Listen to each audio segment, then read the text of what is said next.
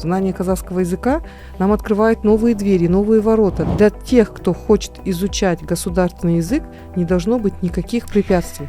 Родители всегда говорили: гордитесь и знайте свой родной язык. Естественно, они разговаривали только с нами на казахском языке.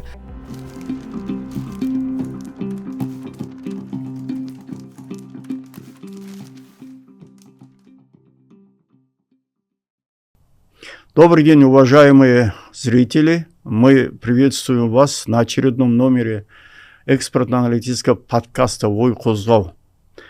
В ходе работы подкаста мы обсуждаем основные актуальные вопросы духовного развития Казахстана, различные аспекты развития экономики, бизнеса, государственного управления.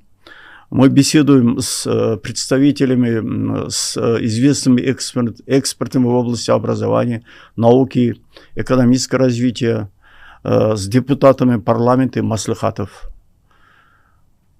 В ходе подкаста мы в предыдущих подкастах вели разговор на различные темы общественного развития, но основной акцент мы делаем на вопросы языковой политики. Это связано с тем, что в стране принята концепция развития языковой политики на 23-29 годы. Сегодняшний гость нашего подкаста Динара Кудайкулова. Она сама ведет подкаст. Ее авторская программа называется «Адал Лайф», то есть «Честная жизнь». Динара очень известный в стране эксперт в области законодательства, наверное, будем говорить, и образования. Она является членом Общественного совета при Министерстве просвещения Республики Казахстан и председатель Республиканской ассоциации дошкольного и среднего образования «Адлет». Динара, недавно депутат Мажилиса парламента Магерам, поблагодарив вас за приглашение на подкаст, сказал: Динара, спасибо за приглашение, мне нравится ваша гражданская позиция, прямота и честность. Уважаю вас, поэтому сразу согласился ответить на все ваши вопросы. Мы сегодня также вас поблагодарим за то, что вы сразу согласились ответить на наши вопросы, принять участие в работе нашего подкаста. Добрый день. Добрый день. Шақырғаныңызға өте қуаныштымын. Рахмет айтқым келеді. Спасибо, что позвали. Рада ответить на ваши вопросы. Динар, вы являетесь членом Общественного совета и Министерства просвещения. Вопрос образования, он также касается всех, с детишек до взрослых людей. Каким критерием, какими параметрами это вообще измеряется качество образования? Вот в этом плане ваше суждение. В первую очередь, что такое качество образования, да? Качество, в чем оно измеряется? В первую очередь в результатах достижений, да? Мы знаем, что сейчас по мировым рейтингам, по мировой системе оценивания Казахстан не занимает такие места по ПИЗе, к примеру, как Сингапур, Финляндия и другие страны, да? Что нужно нам для этого делать? Необходимо действительно развивать больше чтение в детях, я считаю. Сейчас вообще гаджеты заменили полжизни у детей. Во-вторых, я посещаю многие страны на повышение квалификации, обратила внимание, что нам сложнее, почему в первую очередь даже в каких-то в рейтингах мировых известных участвовать нашим деткам. В первую очередь идет сложный перевод. С английского иногда в подтексте, особенно на казахский язык, когда переводится, теряется вопросов, смысл тестов, вопросов, международных исследований. И наши детки не всегда понимают вообще сам вопрос, да. И, естественно, если не поймешь вопрос, не всегда правильный ответ. Наверное, Динара, больше всех страдают, наверное, казахскоязычные дети, потому что идет двойной, тройной перевод от английского на русский, русский на казахский. Совершенно верно. И мы уже не раз об этом писали и говорили, о том, что вообще в контексте и не всегда вопрос остается первоначальным вопросом. Вот с этим тоже нужно бороться. Я считаю, что нам необходимо в первую очередь в стране усилить роль английского языка и казахского, да? Когда переходили к трехязычию, Я не совсем это хорошо воспринимала. В первую очередь, это очень сложно, когда ребенок идет в 1 класс, не умеет читать, писать ни на одном языке, да, и ему сразу как бы 3 языка. Наконец-то у нас произошли изменения, и мы теперь до 3 класса не изучаем иностранный язык, да, то есть, получается, английский идет только с 3 класса. А в русских классах проблема совсем другая. На сегодняшний день проблема с казахским языком обучения. Дети вообще его не воспринимают, преподается он очень неинтересно. 2 часа в неделю в начальном звене – это недостаточно для того, чтобы ребенок владел хорошо в дальнейшем с казахским языком. Наши предложения были такими, что в начальном звене мы считаем, это государственный в первую очередь язык, для многих он, конечно, и родной, его необходимо как минимум по 10 часов в неделю, то есть каждый день у ребенка должно быть 2 часа казахского языка. Это в классах с русским языком обучения. Да. Иначе смысла нет. Вот стыдно даже, когда дети говорят на своем родном языке с акцентом. А почему это происходит? Потому что у нас в программе не заложено, чтобы дети в начальном звене изучали с русским языком обучения надлежащим образом казахский язык. Это, я считаю, что большая наша ошибка. Двуязычие в нашей стране, в принципе, это возможно в начальном звене изучать наравне с русским языком в русских классах и казахский язык. То есть я считаю, что благодаря этим изменениям у нас не будет проблем у детей в дальнейшем с поступлением как с казахским языком обучения, как с русским, даже в университеты. Вот, смотрите, у нас с 5 по 9 класс, к примеру, всего 4-5 часов в неделю казахского языка. То есть этого тоже недостаточно, когда ребенок в среднем звене. И там необходимо также 10 часов. То есть 2 урока спаренных ежедневно. На одном уроке они проходят новую тему, на втором закрепляют. И разговаривают, да, как спикинг, сюйлеу. Нам не хватает сюйлеу. Бытовых элементарных слов. Я вот почитала книжки. Печально, что до сегодняшнего дня у нас книги с такими сложными текстами. Ребенок приходит в быту, в магазин, в кино, в аэропорту, он не может нормально на казахском языке спросить, сколько стоит билет, каншатрат там и так далее. Почему? Потому что у нас слишком замудренная программа. Я считаю, что ее необходимо упрощать. Мы должны в начальном звене дать детям бытовой казахский язык, чтобы они могли спокойно разговаривать на казахском языке в аптеке, в магазине, в аэропорту и так далее. Вот. Я считаю, что программа в русских классах должна быть изменена. Также хочу обратить внимание, что в классах с казахским языком обучения такая же есть проблема в начальном звене и продолжая до среднего звена. Очень сложные литературные слова, которые, в принципе, в начальном звене деткам сложно понимать, даже с казахским языком обучения. Нужно немножко детей в первую очередь научить красиво говорить, хотя бы на простом казахском языке, бытовом, затем уже усложнять. Тем более они обучаются, у них есть там помимо казахского языка казахская литература, познание мира, самопознание раньше было и так далее и тому подобное. Поэтому наши предложения все-таки сделать интереснее. Вот обидно, почитаешь, вот недавно я писала об этом в прошлом году, пришла я в Меломан купить учебник казахского языка. Я сейчас активно изучаю казахский язык и заставляю своих детей тоже больше думать и говорить на казахском языке. 5 книжек только разговорник я купила, там словарь и еще несколько таких неинтересных с такими серыми картинками книжек. Это все, что касалось казахского языка. Дети мне стали уговаривать: мама, купи мне вот этот словарь на английском. Там яркие, сочные, красивые книжки с яркими картинками и такой переплет интересный. И, конечно же, дети бросились оттуда. Я едва уговорила схватить серые, некрасивые казахские словари, призывая детей в первую очередь к патриотизму.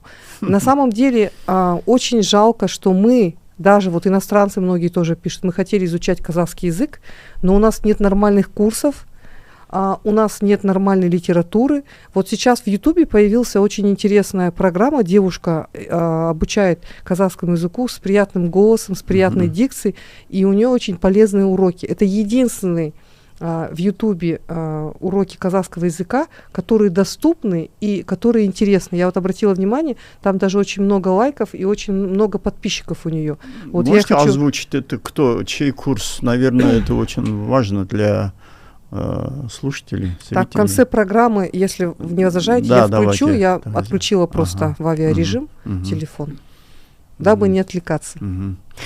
Динара, вы затронули очень такой вопрос. Я тоже, так же, как всегда, этот вопрос озвучиваю и в статьях своих писал, что и в Астане, даже в Алмате, даже в южных городах специально захожу в книжные магазины, и все блестит, это русскоязычная литература. А, к сожалению, даже вот 30 лет прошло, мы об этом 30 лет говорим, тем не менее ситуация мало как меняется.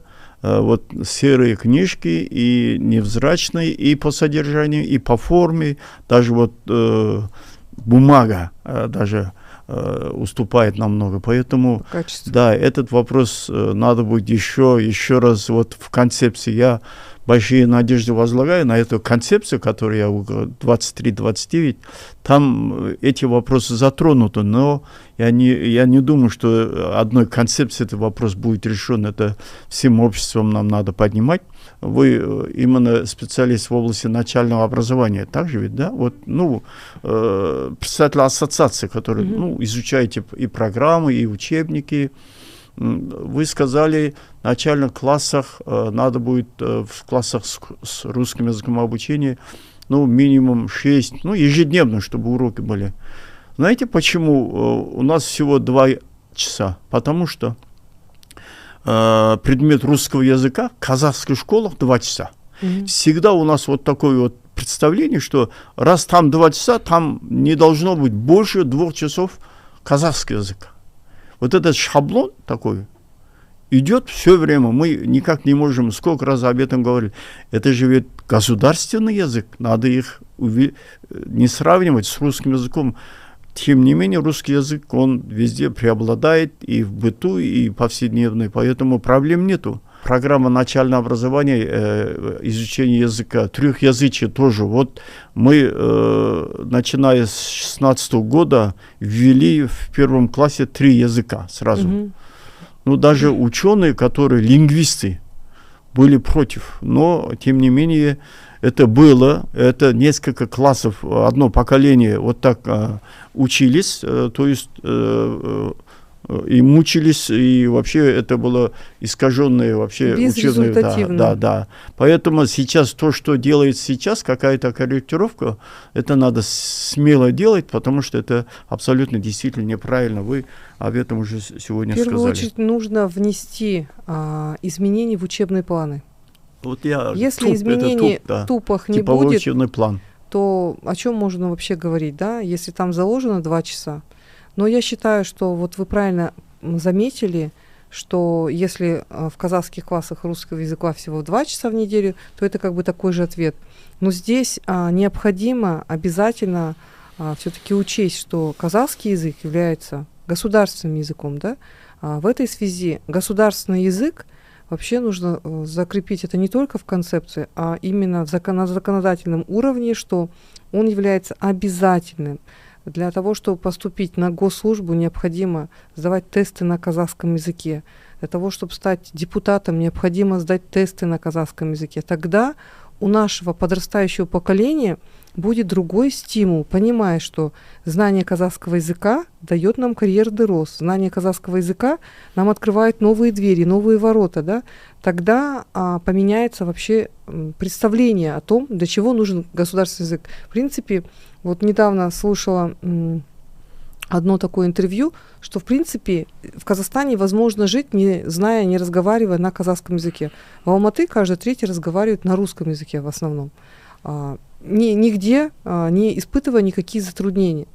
Вот. В этой связи задается такой вопрос, да, вопрос риторический. Для чего мне нужно вообще знать казахский язык, когда все меня и так понимают, да? Вот. И то, что казахский язык — это государственный язык, точка. То есть нет, это значит, что это вот у тебя следующее твое там, трудоустройство, что это тебе необходимо для жизни, для повышения, там, для карьерного роста и так далее. Это нигде не закреплено. Поэтому и такое отношение к казахскому языку на сегодняшний день. И знаете, еще такие стереотипы.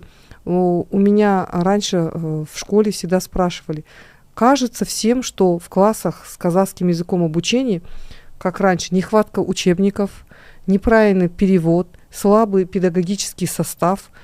И, естественно, что в русских классах дети более развитые, в русских классах дети более такие энергичные, там и мероприятия интереснее проходят.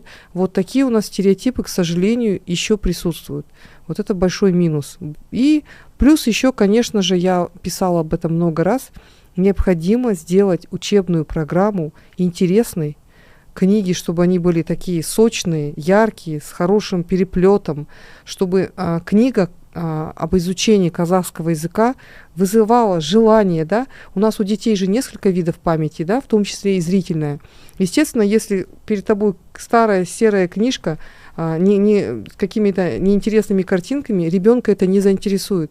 В этой связи здесь нужно менять вообще в целом не только типовой учебный план, но и содержание учебной программы казахского языка. Я этим летом побывал в Америке и специально ходил в библиотеку. И первый этаж – это детская библиотека. Там миллион книжек. И вообще для меня был шок вообще оформление, содержание, даже вот просто бумага этих книг. То есть то, что вы говорите, сразу дети, ребенок сразу интересуется, держит в руке и он с удовольствием это будет читать и смотреть эти картинки прекрасно. То есть государство не жалеет. Ну, я не знаю, для взрослых тоже поднимался, но обычно книги. А для детей действительно там чувствуют, что государство над этим вопросом прям специально работает, что дети читали книжки и читали вот, там и содержание. Ну, действительно было такое удивление. И я вот приехал и начал сравнивать наши книжки. Действительно, вот то, что мы говорили, и еще такие тома на казахском языке большие, для детей очень мало. Для детей очень мало литературы и вот для детского восприятия и оформления. Поэтому, ну, мы уже, наверное, сколько говорим, но как бы надеемся на эту концепцию, что будут приняты законодательные какие-то нормативы. А то, что касается учебных программ, ну, вы член общественного совета министерства, надо будет об этом говорить. Мы поднимаем вопросы. Да, очень здорово, что вы поднимаете, очень много там вопросов. Наши совещания все проходят на государственном языке. Я хочу тоже обратить внимание. И мы все стараемся максимально начинать с себя, да? Говорят же, хотите изменения, өзгерту баста. Вот. Начинай все с себя. Не нужно ждать, что соседи твои заговорят на казахском языке, а ты будешь ждать, пока заговорят соседи, да? Начни вот, как и я, в один день проснулась и поняла, что моим детям... Мы жили в советское время, к примеру, почему я разговариваю больше на русском языке. В СКО, в Северо-Казахстанской области, мы жили так, что у нас всего 2 были казахские семьи. Я знаю, у меня друг оттуда, да, 4 семьи у нас в не одном было ауле. школ с казахским языком обучения.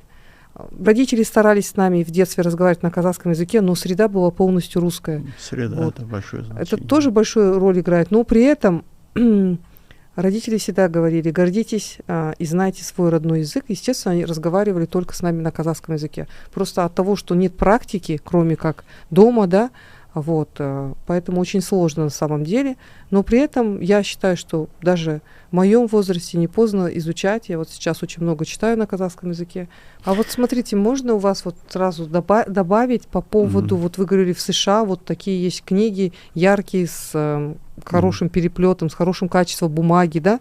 Вот, у нас в Казахстане недавно на форуме я покупала книгу трехязычную «Сказки Ганса Христиана Андерсена». На казахском впервые идут, потом на русском и на английском языках. Очень красивый переплет, шикарная, огромная книга. Единственное, что потом наши зрители не говорили, что нет, у нас есть такие книги, да, действительно есть. Но знаете, какая цена? Я купила одну книгу за 20 тысяч тенге. Это не каждый, это не каждый может себе позволить такую книгу, конечно. Да. У меня дочь читает ее до сих пор, она действительно с хорошим, дорогим переплетом, качество бумаги там такое, и яркие картинки, яркие раскраски. Каждой сказки идет рисунок, то есть по рисунку можно также понять вообще, о чем смысл, да. Это действительно очень хорошая, умная настольная книга на 3 языках, но она доступна не каждому. В этой связи у нас к издательствам такое тоже предложение должно быть, я думаю, чтобы наши издательства старались с духом патриотизма не только заработать на наших гражданах, да, распространять желательно, может быть, даже не чуть выше себестоимости. Эти пособия для изучения казахского языка, они должны быть доступны в онлайн-режиме, в книгах, в меломании они должны быть, продаваться везде. То есть для тех, кто хочет изучать государственный язык, не должно быть никаких препятствий. Знаете, я работал заместителем директора Центра учебник. Сейчас этот центр называется «Экспертиза содержания образования». Там все издательства проходят экспертизу. Ну, вопросы ценообразования мы там не затрагиваем, но все равно вопрос всегда задавали, почему так дорого. Потому что те же учебники очень дорогие. Государство на свои деньги покупает. Просто идет миллиардные расходы на закуп учебников. И всегда все издательства говорят, что у нас нет в Казахстане производственных мощностей, издания учебников. Все из-за рубежа. Даже они издают в Турции, Китае, России. Там издают, просто привозят сюда. У нас нет бумаги, нет краски, нет типографии, вот такое. Поэтому это глобальный вопрос вообще. Не только учебной такой дополнительной литературы для детей. Вот поэтому они дорогие все. Ну и учебники у нас дорогие. Поэтому вы юрист, вы защищаете прав потребителей. Этот вопрос, безусловно, надо понимать. Вопрос надо будет решать на самом таком высоком уровне, чтобы у нас наладилось производство вообще, типография, своей производство этих бумаги и других там необходимых ресурсов для издания, книги издания. Это вот мы затронули очень большой вопрос.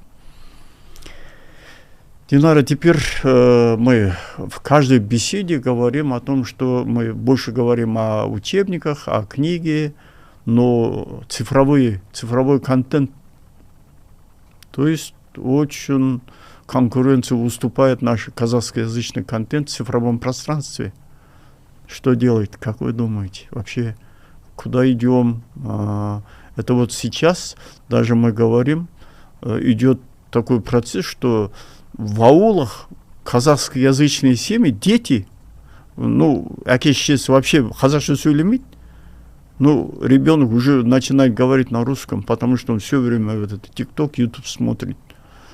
Поэтому, ну, смотрите, да. Здесь какие могут быть предложения? В первую очередь должно выходить больше вот интересных таких фильмов, вот даже за границей США, вот кинопремьеры должны быть на 50-70% на казахском языке. Вот в первую очередь. У нас вывески все 70% на русском языке. Вот вывески, да. Или на двух языках. Кафе-меню в основном все на русском и на английском языке. То есть как будто мы настроены только на русскоязычную аудиторию. Это вот наша большая проблема. Недавно приходила в одно заведение, и там мужчина ругался. Он не мог понять состав меню, потому что он плохо говорит на русском языке. Он говорит, я не понимаю, что там за состав, почему нет. Это нарушение наших прав. Вот здесь с этого все и начинается. Человек потом начинает думать, может быть, это плохо, что я разговариваю только на казахском языке, да? Раз меня никто не понимает, понимаете, находясь в Казахстане. Здесь нужно меню пересмотреть, здесь необходимо пересмотреть все вывески в магазинах. Вот я недавно заходила в программу е-лицензирования, Там все е-лицензирование. Для того, чтобы получить какие-то разрешительные документы с архитектуры, там все идет полностью только на русском языке, то есть определенный. Приходят запросы, акты какие-то тоже, акты раздела и так далее, с тепловых сетей и так далее, они приходят тоже на русском языке. То есть, я задумалась, а если бы я не понимала, там еще такие сложные слова, что бы было, если бы я говорила только на казахском языке? Я бы не поняла таких вообще. Людей сейчас очень много, правильно же? Я бы не смогла. Мне пришлось бы нанимать человека, который бы мне помог, чтобы я смогла получить услугу. То есть это уже есть нарушение прав потребителей. Я хочу обратить внимание, и с этим мы сталкиваемся. Вот Астана РЭК, Теплотранзит и так далее. Не у всех организаций, я не буду перечислять, Горводоканал там и так далее, Сорноса. Не везде есть в услугах оказания в Айкале перевод на казахский язык. Это большая наша проблема. И вот случаи, когда человек казахскоязычный приходит и требует, чтобы был документ на казахском языке, или с ним разговаривали на казахском государственном языке, его обвиняют, что ты вот недовольство выражаешь, межнациональный рознь до этого обвинения. Это же вообще это настоящее нарушение прав потребителей, простого человека. Да, я с вами полностью согласна. В первую очередь, мы с вами сегодня несколько раз об этом говорили, государственным языком является казахский язык, да, и когда требуют, мы, к примеру, приезжаем в Америку, да, мы же не говорим, почему вы с нами не разговариваете на казахском языке, да, они не обязаны с нами разговаривать на казахском языке. Мы приехали в Америку, должны говорить на английском языке. Приехали в Китай, такое, должны говорить на китайском языке, да, это их государственный язык. Да, есть у них язык межнационального общения, это английский язык. Динара, вот в Финляндии я вот вспомнил случай, когда мы спускались в метро, там все на финском языке, даже на английском нету. Да. Казалось бы, это Евросоюз, на английском нету. И мы ничего не понимаем, и нам никто не помогает, но мы походили, потом вышли оттуда, потому что мы могли заблудиться. Представляете? И вот такое маленькое государство, 5-миллионное, да, все равно, будь добрый, ты должен как бы, приехал раз в это государство, должен элементарные какие-то вещи знать. Объявления, рекламы и там направления. Поэтому и никто не обижается, никто никого не обвиняет в этом. Язык. Финны, между прочим, патриоты, да, в свое время они, у них даже в центре Хельсинки, я помню, портрет Петра Великого, да, но при этом они в один период полностью все с русского языка перешли на свой родной финский. Прям пошел запрет. Это не значит, что не нужно знать там русский язык и так далее. Да никто не говорит об этом. Они конкретно поставили задачу поставить свой государственный язык. Да? Есть такой же сейчас пример в Узбекистане, есть такой же пример в Кыргызстане. Даже в Кыргызстане. Даже в Кыргызстане. Вот почему такая вот проблема осталась в Казахстане, это вопрос риторический. Динара, еще раз будем оптимистами в этом, что мне понравилось в этой концепции. Там в самом начале преамбуле написано, что демографическая ситуация в Казахстане поменялась. Вот не сравнить, что было 10-20 лет назад, сейчас 70/30 идет, поэтому и политика будет меняться, соответствующей этой демографической там, пропорции национальной. Поэтому, но, тем не менее, почему вам задаю вопросы, с вами делюсь, потому что вы действительно очень активно во всех процессах участвуете, поднимаете юридическое обеспечение прав потребителей, поэтому будем надеяться, что какие-то изменения положительные будут. У меня последний вопрос, Динара. Вы председатель Ассоциации дошкольного среднего образования. Вы предприниматель в области частного образования, частные школы, частные детские сады тоже входят. Ну, это тоже серьезная организация сейчас, потому что очень много в последнее время стало частных организаций образования. Ну, частные школы с государственным языком обучения много же. Да, тоже много. Очень много, да. Потому что эти дети, выпускники таких дорогих, престижных школ, потом придут управлять государством, правильно? За рубежом обучается, потом уже... К сожалению, большой отток на сегодняшний день. Отток – это другая проблема. Это другая проблема. Вот мы недавно посещали тоже Сингапур и познакомились с одним прекрасным молодым человеком, который обучается... Казахом, да. казахстанцем, астанинцем. Вот. Он не планирует возвращаться в Казахстан. У него большие планы на эту страну. Вот. Меня что больше всего смутило, я не увидела никакого духа патриотизма. Действительно, он получает шикарные там знания, образование, которые, в принципе, он мог поделиться бы в дальнейшем с нашим поколением подрастающим, обучать нас, да, работать на благо нашей страны. Нет, патриотизма, к сожалению, нет. И вот так сильные, умные личности, он обучается на платной основе, значит, у родителей есть финансовая возможность, но он не видит будущее свое в стране, своей, и у него нет планов вообще возвращаться. Он даже не приезжает. Он считает, что здесь очень хорошо, все условия для него созданы, и собирается остаться на ПМЖ. Очень печально. Вот я своих детей, я даже сыну сказала, первое образование ты получишь в Казахстане, второе образование, он у меня уже заканчивает скоро, получишь за границей, приедешь и будешь поднимать качество образования в нашей стране. Здорово. По специальности пойдешь. Вот он хочет быть юристом, как я. Қазақша біледі. Қазақша біледі. Дети у меня, к счастью, в отличие от меня, такую судьбу не испытали, не жили в такой среде. Естественно, казахский язык мы в приоритете ставим. У меня сын начальное звено обучался чисто на казахском языке, хорошо разговаривает. Вот единственное, с младшей дочерью у меня самые небольшие проблемы, но вот сейчас решим, тоже отправим на следующий год, она идет первый казахский класс. Вот, мы планируем в своей школе открыть такой интересный, не такой госстандарт, наверное, применять. Мы же имеем право в вариативной части что-то, дополнительные компоненты ставить. Да. Мы хотим игровой казахский язык с первого сюйлеу поставить, как спикинг, да, и внедрить 10-часовой. Посмотрим, как это будет. Практики в казахских же классах немножко разнообразить, потому что программа, к сожалению, на сегодняшний день очень слабая, неинтересная. В госстандарте 3 часа английского языка в неделю в 3 классе, 2 часа. Наши учителя английского языка добавляют себе часы после обеда, интересные снимают видеоролики с детьми на английском, интересно преподают английский язык. Поэтому я считаю, что нам просто нужно менять педагогам самим методики казахского языка, менять свои стандарты, подходы. И вот учителя казахского языка, даже с высшими категориями, к сожалению, мастера, неинтересно преподают уроки. Половина переходит сами на русский язык. Вот, допустим, я вот обратила внимание, у нас англичане разговаривают чисто на английском языке. Казахские преподаватели, видя, что их не понимают, начинают разговаривать на ломаном русском языке, переводить, начинают нервничать. И очень неинтересный урок, если сравнить структуру английского урока и структуру казахского урока, то, естественно, преобладает урок английского языка, к сожалению. Ну, к сожалению, не все учителя согласны, например, давать дополнительные уроки, помочь детям. Сейчас очень много модно стало проводить платные репетиторства. Поэтому не все, конечно, могут себе позволять платное репетиторство.